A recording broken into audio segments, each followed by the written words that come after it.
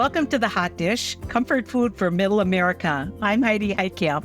And I'm Joel Heitkamp. This is a very exciting episode. I'll be speaking with Democratic political strategist Simon Rosenberg. Simon and I have known each other for a long time.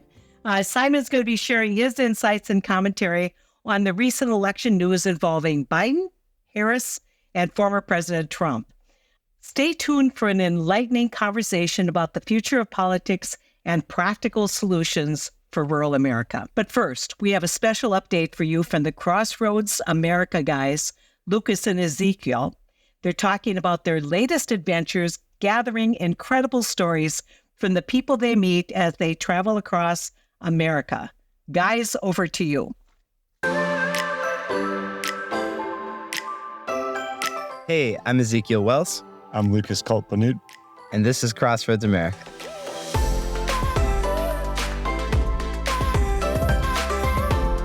We're a project that is going to all 50 states in America and telling some of the stories that often don't get highlighted and trying to really understand different people across our country, no matter how different we may seem.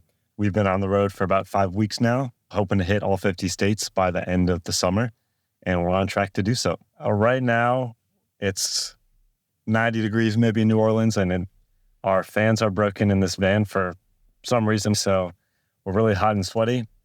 Yeah, I mean, I'm just happy that we have this thing to bring us around. At the end of the day, it's just gratitude to do what we do, I think. Yeah. This is a vehicle to be able to pursue the mission, and there's some sacrifices, but I'll take it any day.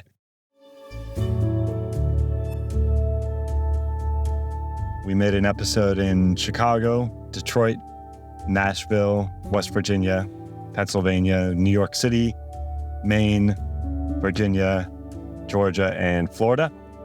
And we've been passing through all the other states along that route. So we have 10 episodes so far.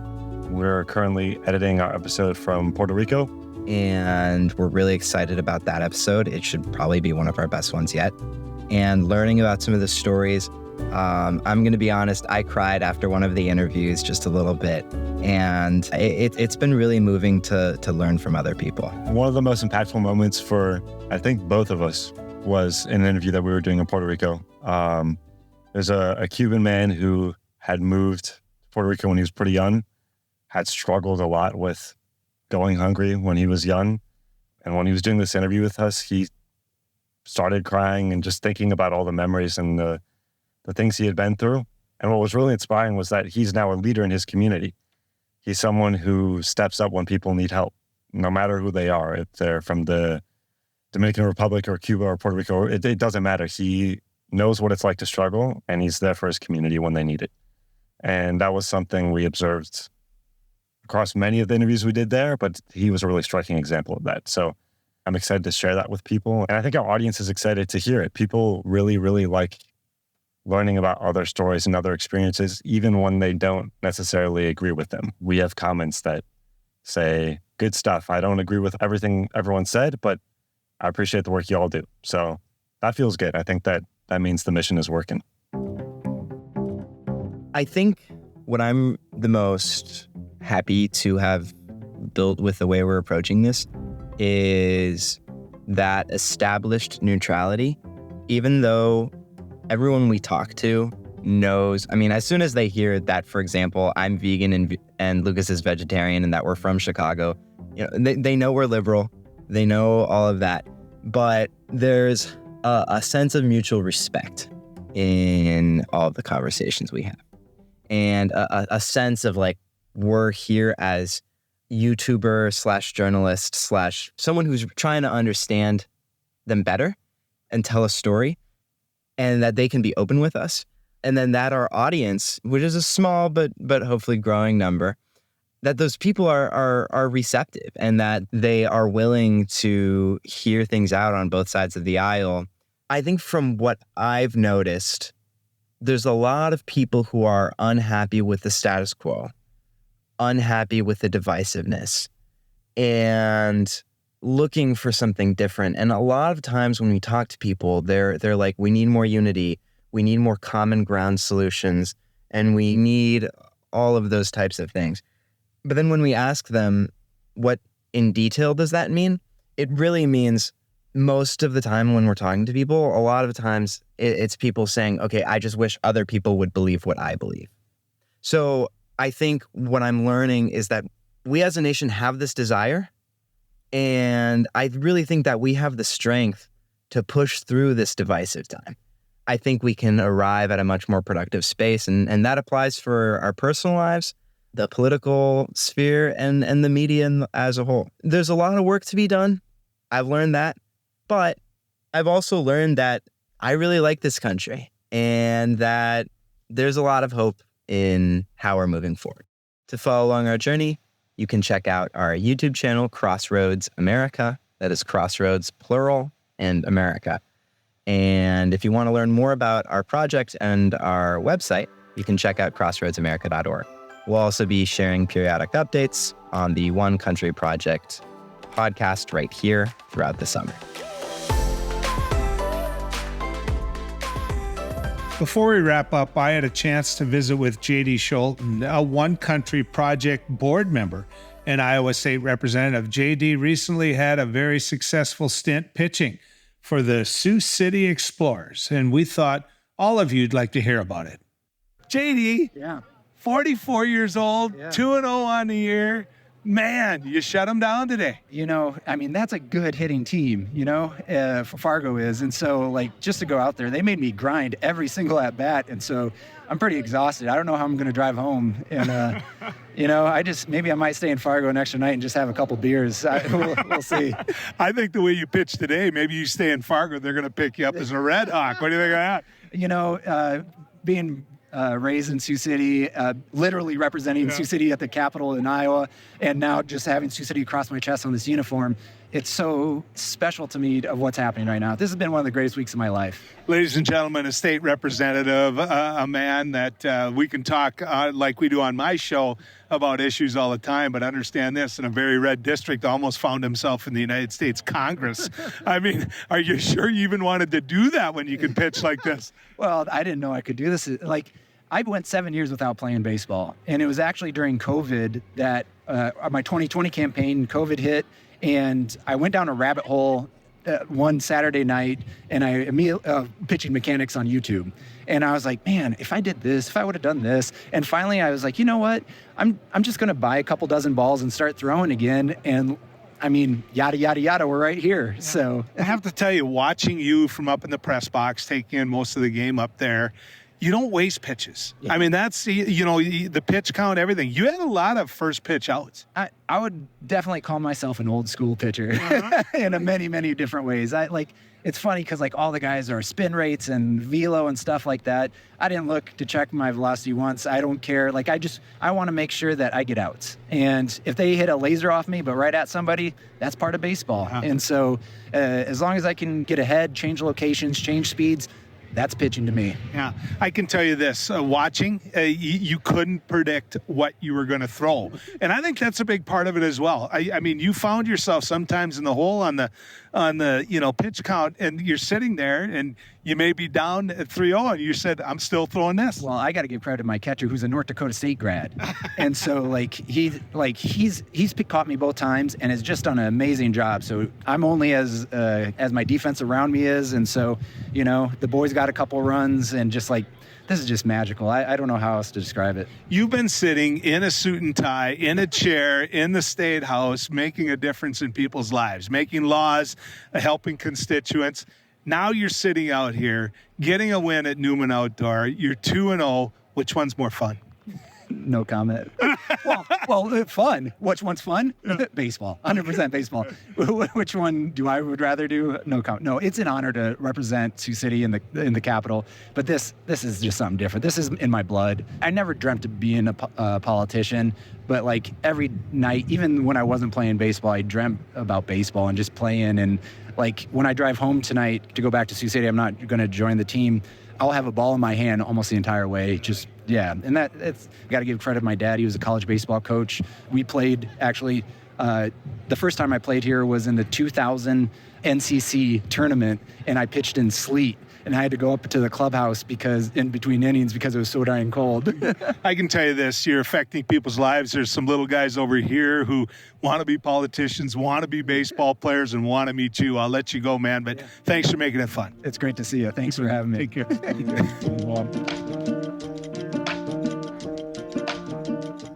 I am so thrilled today to be speaking with Democratic political strategist and blogger Simon Rosenberg. Simon is the founder of a new venture called Hopium Chronicles. And I hope he will explain where that all comes from and what he hopes to do with it. Yeah. But we're going to be talking a little politics, talking a little bit about what happens with centrist Democrats and what that means for rural America. But first, tell me about your new venture, Simon. Yeah, I had run an organization called NDN for 27 years. And for a variety of reasons last year, I made a decision to move my work to a platform called Substack, which is a very kind of writer-friendly program. And, we're now up to about 100,000 subscribers and followers. And, our community is focused on better understanding politics, from somebody who's been in the game a long time. We also do a lot of volunteer work, and they're doing, they're making phone calls, writing postcards, texting people, canvassing, being information warriors for our democracy. There's been sort of a citizen uprising in America against extremist politics. And it's been heartening to see. As somebody who's been in this business for a long time, I think this is the kind of thing all of us would have wanted, right? When we try to advance this pro-democracy coalition that's so essential for us to make sure that MAGA doesn't win. If you had talked to a lot of us who follow politics probably 2 weeks ago, we would have been pretty discouraged about what was going to happen. The former president was the victim of an assassination attempt, which seemed to bolster his appeal. And then we saw a little bit of light, and you could comment on this with the acceptance speech, which, I've never seen anything like it. But then the President Biden made his decision, which ignited all of this amazing grassroots enthusiasm that you just talked about. Talk about how you felt during this transition. And I don't think you can underestimate the enthusiasm for the vice president, for Kamala. Yeah, let me try to do this quickly because I think there's a lot, you put a lot on the table, but let me try to go through it all. I think what's happened in the last few weeks, which was so unexpected and unanticipated, one of the most dramatic sequence of events in modern American history, was three things. First, I think that the pick of J.D. Vance sort of cemented Trump as an extremist. He chose the most extreme candidate. And for those people who were wondering maybe Trump wasn't so bad, and he had softened a little bit, I think it radicalized women in particular and stirred up the pot. And then Joe Biden made this heroic and historic decision to pass the torch to Kamala Harris, which I think was such a noble and selfless act that it also contributed mightily, right, to this sense that there's gravity to this moment. People have to take all this very seriously. It was a reaffirmation of our basic democratic principles in the United States. And then third is that I think the vice president met her moment. I mean, she was very strong and forceful from the very first moments. And I think all three of those things together kind of created this moment that we're in. It wasn't any one of them. It was all three of them, I think. The last three polls that have been released, she's actually leading in the election now by a point or two, not by a lot. It's still a very close election. I think we're on offense now. And I think it's really, we're playing to win here. We're not playing to catch up anymore. It feels very different, to your point, than where we were a few weeks ago. But I think it's really critical for all of your listeners is that when you've got a little bit of lead and you've got momentum is the time that you have to keep going and you have to push harder, actually, right? You got to go finish the job and play for the win. And it's like in a baseball game, right? If you're up by a little bit at the end, you got to keep going. You can't let up. Let's talk a little bit about J.D. Vance. It seems to me that it was a decision made out of hubris. I've won this, therefore I can pick this person that my kids told me to pick, that the Silicon Valley Republicans told me to pick. And he doesn't have the charisma, it seems to me, to kind of spin himself out of the negativity surrounding his candidacy. Listen, there is evidence that this was the worst VP pick in modern American history. I mean, he's the first vice president to be in negative territory in polling in their first week. That's never happened before. I mean, he's doing far worse than Sarah Palin and Dan Quayle did in their first week of polling. The pick was announced in NBC News, where the campaign was clearly distancing themselves from the pick. And there was a leak that the decision had been made by Don Jr. and by Eric. And it was a way of the campaign saying, hey, this wasn't what we wanted. And I think we now know why, because they vetted him. They saw all these videos that we're now seeing, because J.D. Vance spent a lot of time in the right-wing sort of media ecosystem, and there's just an enormous amount of material about him. And it's shocking. Some of the stuff that he has said, I'm even though I went on Fox News for 17 years and I've gone on to conservative shows and so on, Vance is an extremist. And I think, to me, one of the things that really tipped it for me about Vance was, there's this interview with him that came out right away where he's against no-fault divorce. He believes that women should not have the ability to divorce their husbands, even in abusive relationships where they're getting beaten by their husband. And there's a video of him talking about how women need to stay in abusive relationships for the good of the children.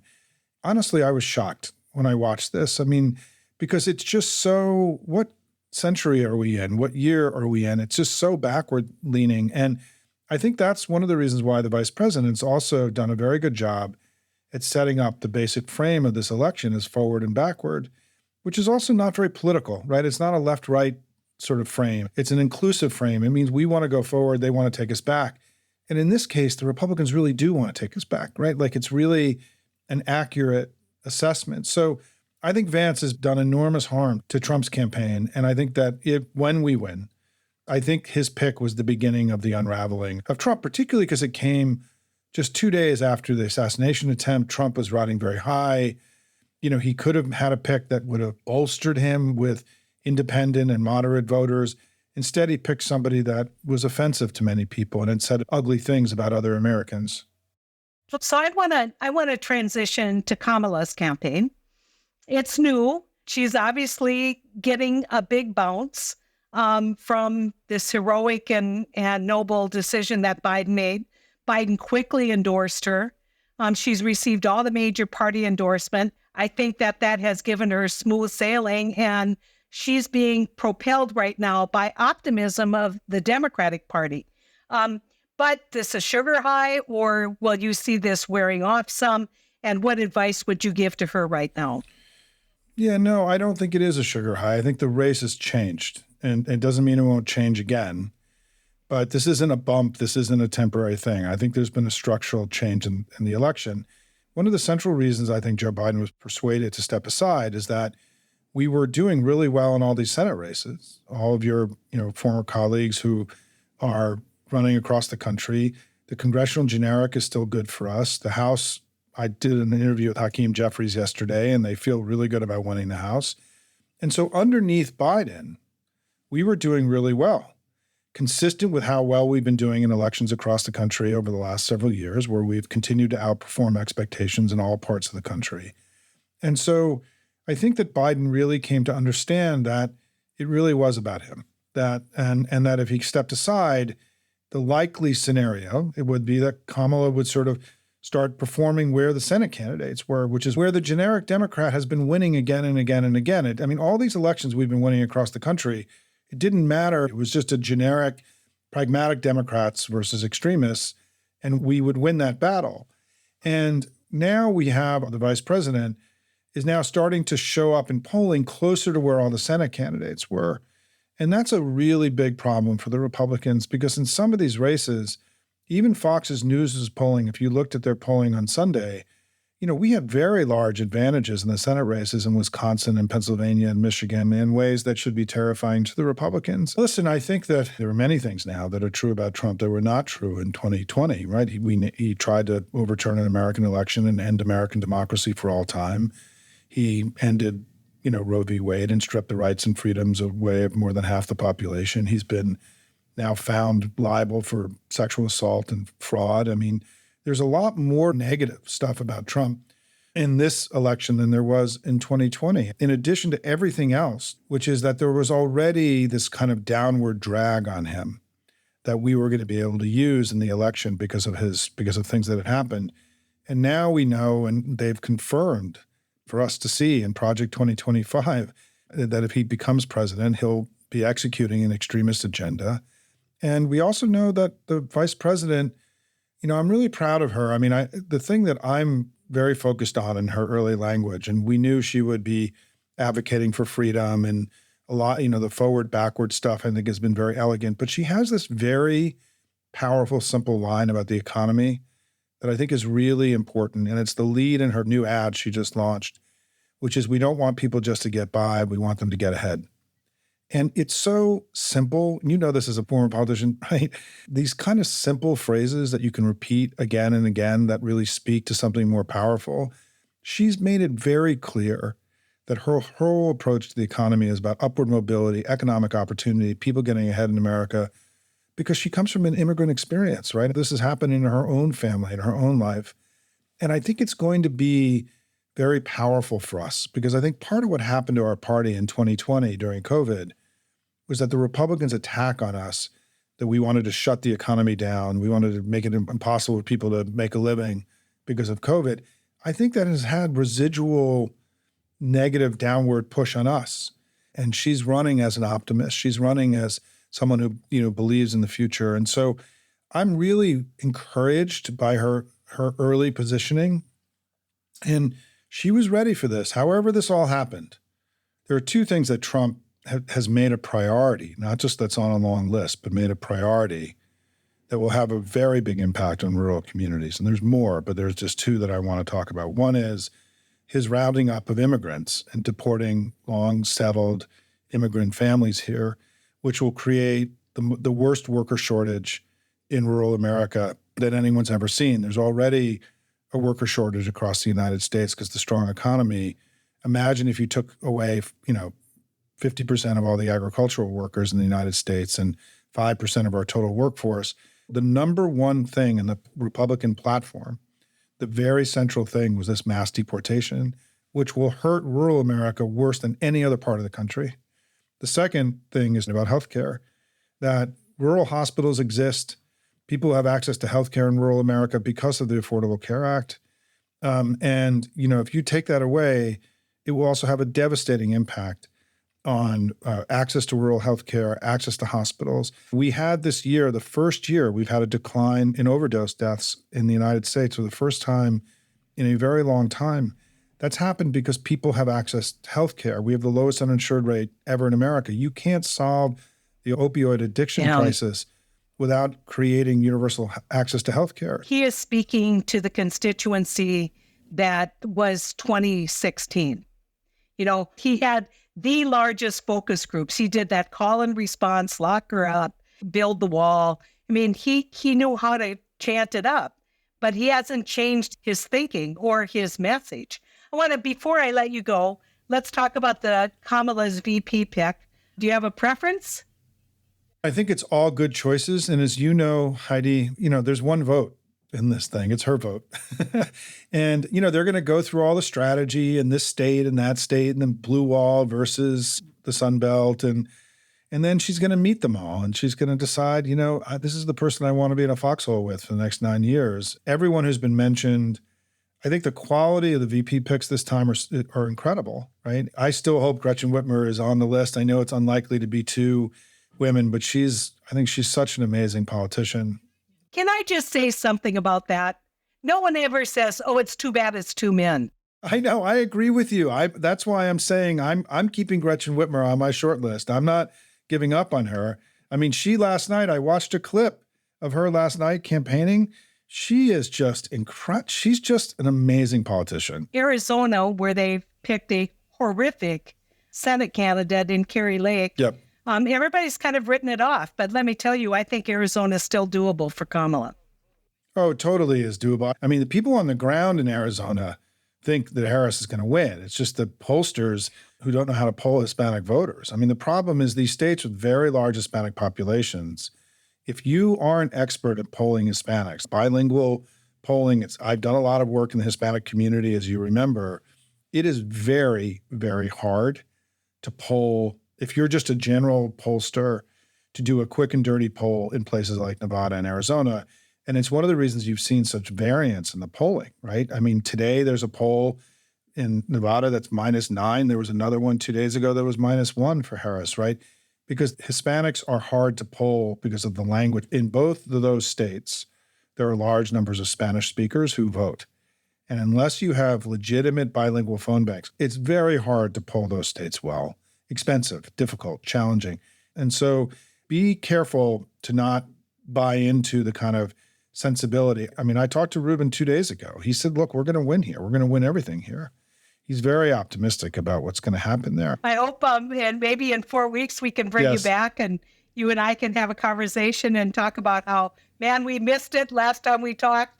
Or man, we weren't as optimistic as we should have been. The momentum is all on the vice president's side. And the fact that Donald Trump is licking his wounds and griping about, money or whatever it is, tells you everything you need to know. Take care. Very good to see you again, Heidi. It's been great. It's been a long time. And my wife sends her regards. And take care and thank you. Feel better. You too.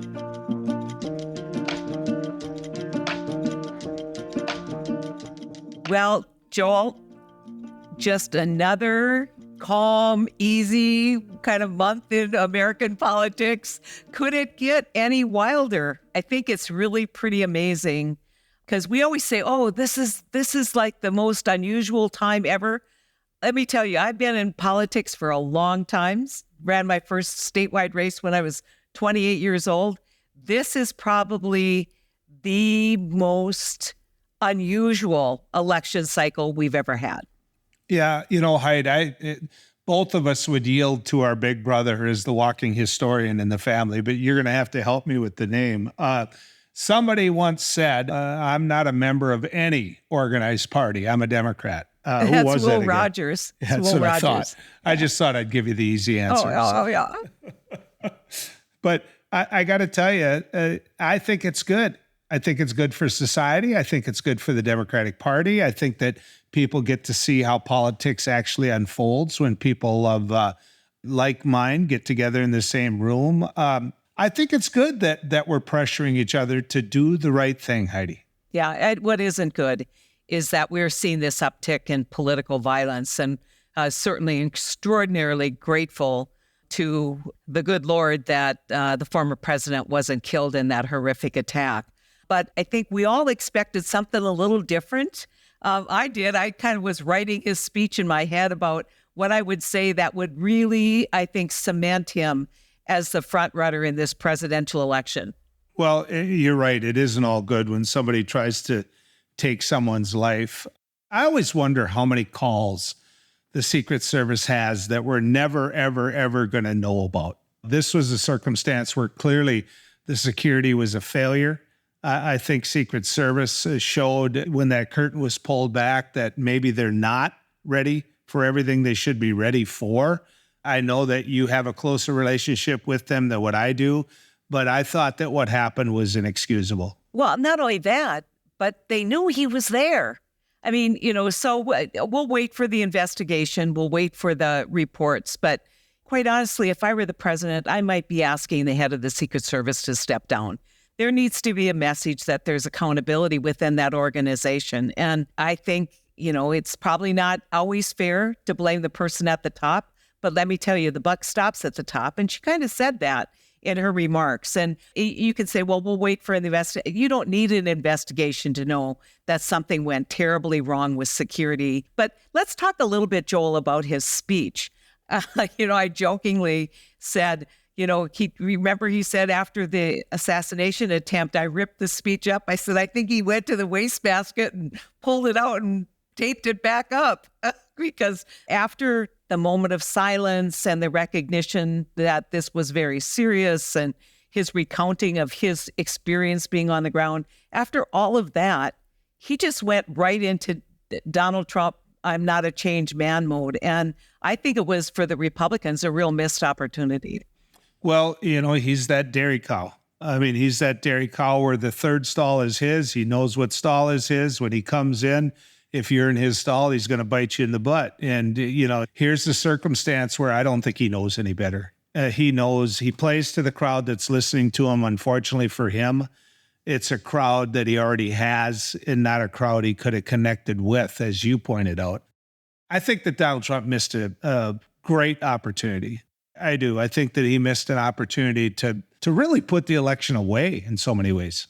Not only that, but, someone said, well, what would you have advised him to do? And I would say, I would have advised him to say, let's all calm down in America. And to the extent that I've been part of rhetoric that has driven the kinds of actions that we can't see, I regret that. And I'm not going to be part of that.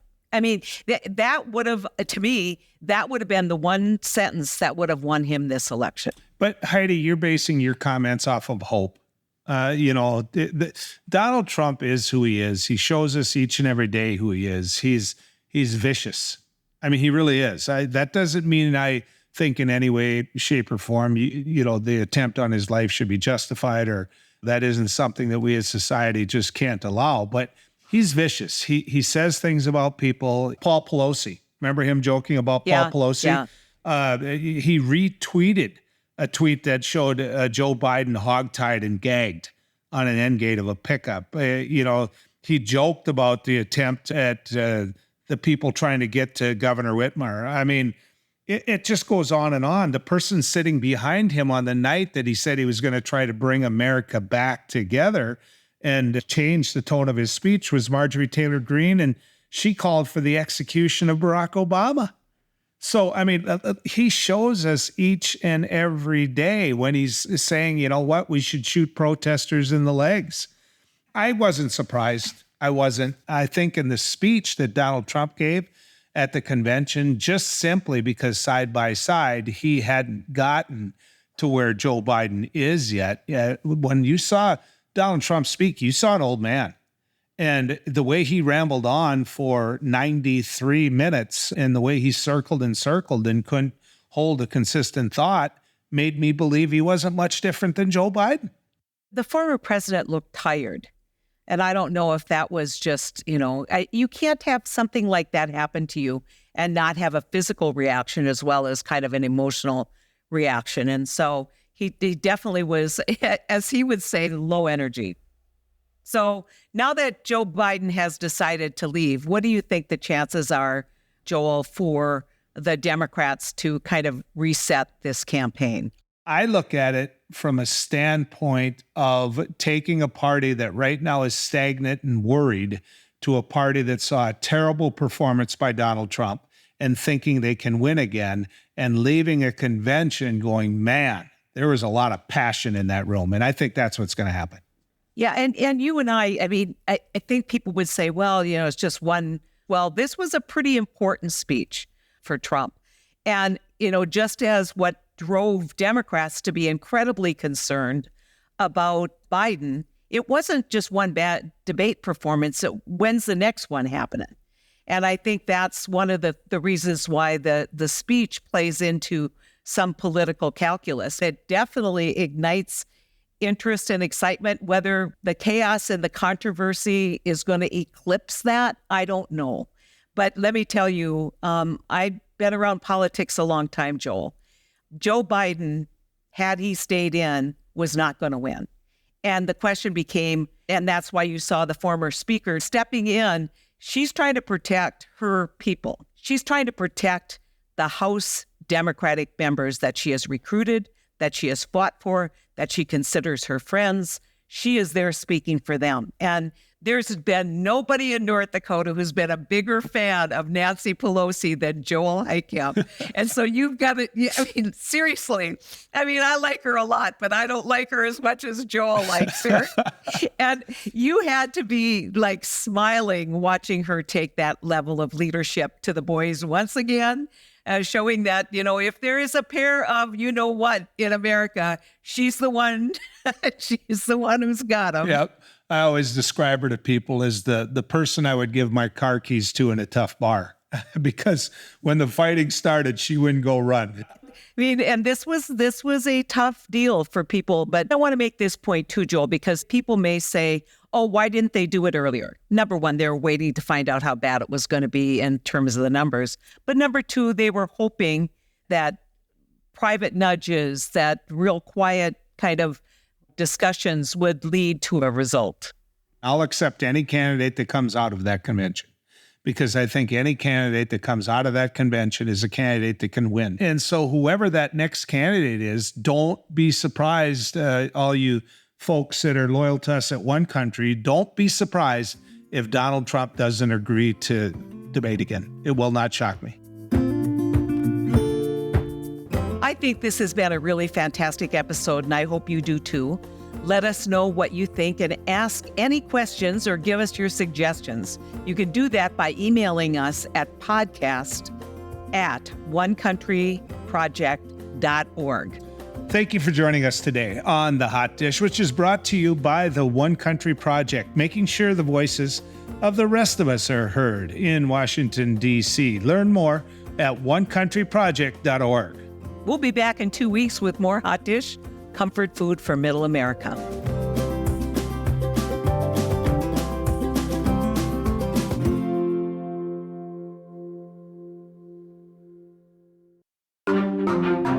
Topica.